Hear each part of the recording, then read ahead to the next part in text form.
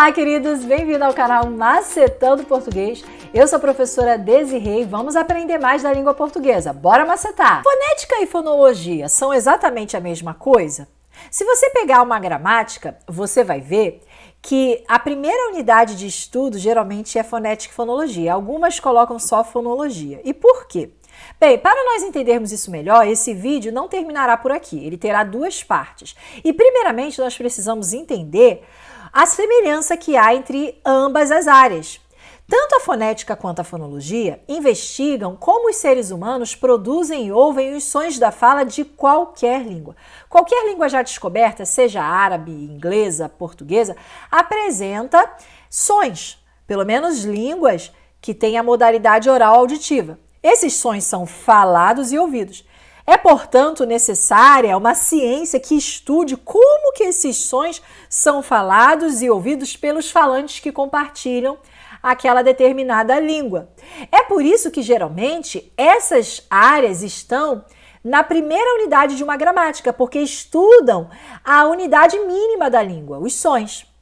Por exemplo, você já parou para pensar, dentro da língua portuguesa, como que os sons se combinam? Nós já vimos aqui que a língua portuguesa é composta por consoantes e por vogais. Eu já fiz vários vídeos mostrando os tipos de consoantes, tipos de vogais. A propósito, você já se inscreveu no meu canal? Se você ainda não é inscrito, se inscreva!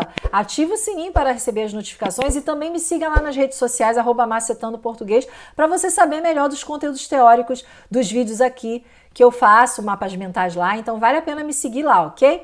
Então veja, na sua mente, se você for um falante nativo da língua portuguesa, você tem as representações de cada som. É por isso que você consegue falar, combinar esses sons e tudo mais, porque você tem as representações de cada um deles na sua mente. Esse conjunto de fonemas que você tem na sua mente é chamado de paradigma. Toda língua apresenta um paradigma de fonemas em que você irá selecionar para estabelecer comunicação, para formar palavras e assim estabelecer a comunicação. Se eu quero falar a vaca foi para o brejo, eu tive de selecionar alguns fonemas na minha mente, primeiramente, né? Para depois falar. Eu não precisei usar todos os fonemas da língua portuguesa para formar a frase a vaca foi para o brejo, mas eu tive de fazer uma seleção. Essa seleção está relacionada a esse paradigma. Mas olha que legal, em vez de eu falar a vaca foi para o brejo, eu poderia falar a faca foi para o brejo. Embora pareça estranho, faca é uma palavra que existe também na língua portuguesa. E se você comparar vaca com faca, você percebe que há um único som que as distingue, que é, no caso de vaca, o vã e de faca, o fã. Isso significa que se eu quero me referir ao animal vaca, eu tive de selecionar o vã em detrimento do fã. Essa seleção é chamada de oposição paradigmática, que ocorre do vã em relação ao fã. Porque se eu escolho vã, dá vaca. Se eu escolho fã, fica faca. E aí é outra palavra. E são justamente esses fonemas que contribuem para essas oposições de sentido da palavra que a fonologia irá estudar. A fonologia, portanto, estudará esses fonemas que colaboram para estabelecer oposições paradigmáticas, oposições de significado da palavra. Mas veja, não adianta eu só selecionar o vã, o a, o cã e o a para formar a palavra vaca. Eu também preciso combiná-los. Então, esses fonemas também vão estabelecer combinações sintagmáticas. Essa é a palavra. Sintagma tem a ver com essas combinações. E a fonologia, portanto, estudará justamente isso. Os sons que colaboram para estabelecer distinções do significado da palavra, causando essas oposições paradigmáticas e colaborando para formarem, né, para se combinarem.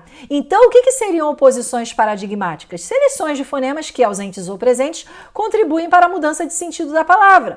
Em vez de eu falar faca, eu quis falar vaca, mas eu poderia falar faca, trocar o vã pelo fã.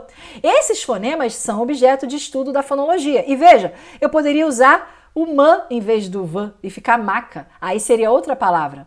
E as combinações são esses arranjos que eu faço. Vã, a, cã, a, formo vaca. E olha que interessante, são esses arranjos e disposições lineares no contínuo sonoro que me dão a possibilidade de combinar palavras que vão desde a sua unidade mínima, que seria o fonema, até a sua unidade máxima. Porque eu formo o vã, a, cã, a, vaca. Combino a palavra, formada agora com outras palavras, forma uma frase, a vaca foi para o brejo, mas eu posso pegar essa frase e combinar com outras frases e formar um texto.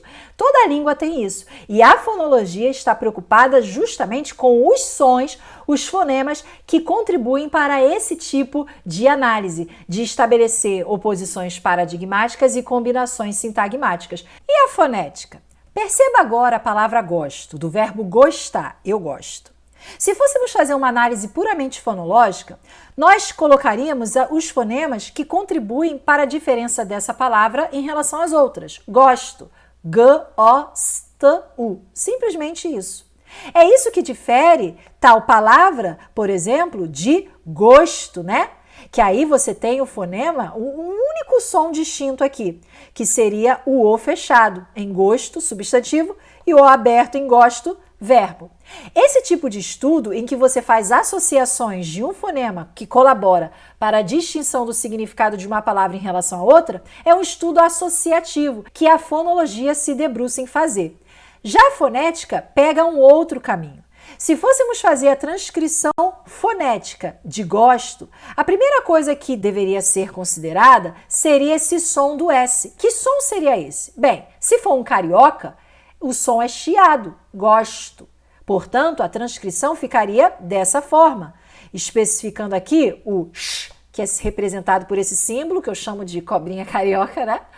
Justamente porque se trata do som chiante desse S. Porém, não é todo mundo que fala assim, gosto, como eu, carioca, falo. Existem outras pessoas que falam gosto. Mas você concorda comigo que independente de ser um S chiante sh, ou um S sibilante, s, a palavra é a mesma? Pois bem, é justamente por isso que a fonologia não vai estudar esse tipo de som. Aqueles sons que não estão colaborando para a mudança de significado da palavra não serão, portanto, objetos de estudo da fonologia, mas da fonética. É por isso que a fonética, ela busca fazer um estudo isolado, porque ela não precisa fazer tais associações como a fonologia faz para estudar os sons que de fato estabelecem oposições paradigmáticas, não. Ela estuda o som de forma laboratorial, pegando seus aspectos articulatórios, como que se articulam, quais os órgãos envolvidos e tudo mais. Essas são as principais diferenças, então, de fonética e fonologia. Vamos agora praticar o que acabamos de ver por meio de uma questão que caiu aqui para instrutor de desenho técnico e mecânico. Sobre fonologia e fonética, observe as afirmativas a seguir. 1. A fonética se diferencia da fonologia por considerar os sons independentes das oposições paradigmáticas e combinações sintagmáticas. Verdadeiro, lembra? A fonética não precisa estudar exatamente aqueles sons que vão estabelecer distinção de significado da palavra, diferente da fonologia. E é essa uma das diferenças entre ela e a fonologia, por isso que aqui é verdadeiro. 2. A fonética estuda os sons como entidades físico-articulatórias associadas. Veja bem, ela estuda os sons como entidades físico-articulatórias, sim, mas não associadas, e sim isoladas. A que estuda de forma associada é a fonologia. É por isso que essa daqui é falsa. É parte da gramática que estuda de forma geral os fonemas, ou seja, os sons que as letras emitem. O problema aqui é essa palavra, associadas, que não se refere à fonética, mas à fonologia. Por isso que a 2 está errada. 3. A fonologia cabe estudar as diferenças fônicas intencionais, distintivas, isto é, que se unem a diferenças de significação. Perfeito. Estabelecer a relação entre os elementos de diferenciação e quais as condições em que se combinam uns com os outros para formar morfemas, palavras e frases. Exatamente isso. E então, o gabarito aqui é a letra C, afirmativas 1 e 3 que estão corretas. Então é isso, queridos. Se vocês gostaram do vídeo, deixe o seu like. No próximo vídeo vamos continuar vendo os aspectos específicos de fonética e fonologia e eu te espero lá, ok? Até mais!